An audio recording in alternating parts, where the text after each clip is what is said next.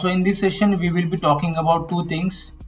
First is creating your first ever app using QlikSense, and second is importing the data in QlikSense. Now let us get started with creating your first app. After you open the QlikSense desktop application, you need to click on this create new app option. Let us just name this app as S1, that is session 1, first app for sales analysis, and click on this create button. We can see that the first app here it is getting created, so I can click on this open app. So you need to understand one thing is that whenever you create an app, the QVF file will get created. Where do you find it? So within the documents, Qlik Sense apps folder. So within this folder you can find this newly created application, as we can see on the screen. Now let's just say that I want to rename this app, so I'll click on this edit button and let's just say that I rename this as sample and I'll click on save. So after I save this, so it is renamed here, okay, but you will notice that the QVF file is still not renamed. So even though you rename the app here, it will not get renamed here in this QVF file. So I'll just remove this and again save.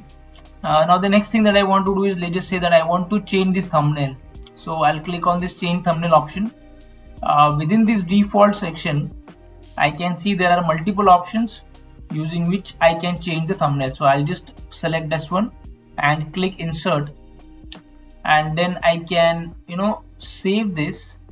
And one thing that you need to understand is that once you import this, there is nothing much you can do for changing this particular thumbnail. Okay, you can provide the description for this particular application. So I'll just put it as sales analysis demo and again save this and again save this.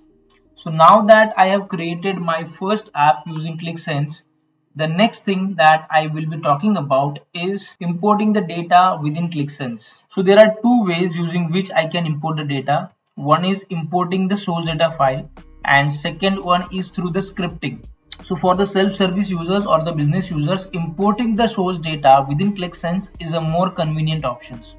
So I'll go ahead and click on this import file option. So as you can see that there are multiple connectors here that we can see, okay, using which we can import the data. In this particular session we will not be using these connectors. We'll be focusing on importing the Excel data, okay, and for that I need to click on this my computer option.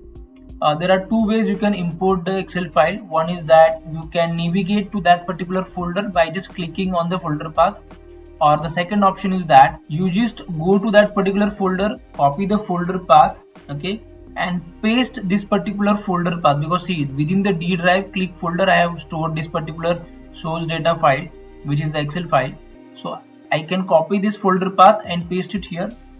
So I'll just paste it here, Control V, and if I enter, I can see this file.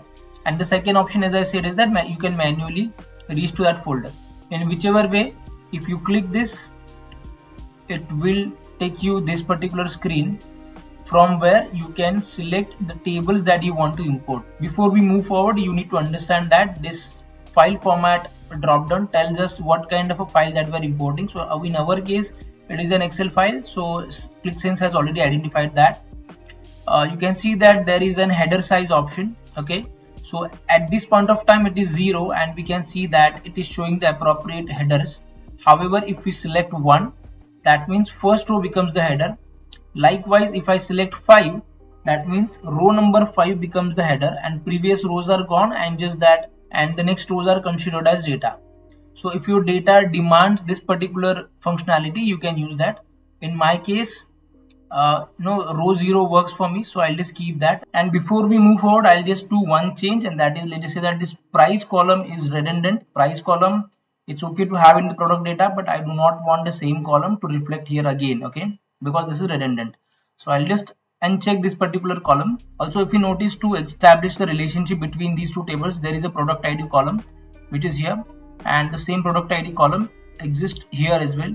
This will help us to establish the relationship between these two tables. So I'll just go ahead and import this data, okay. So I'll click on the next button.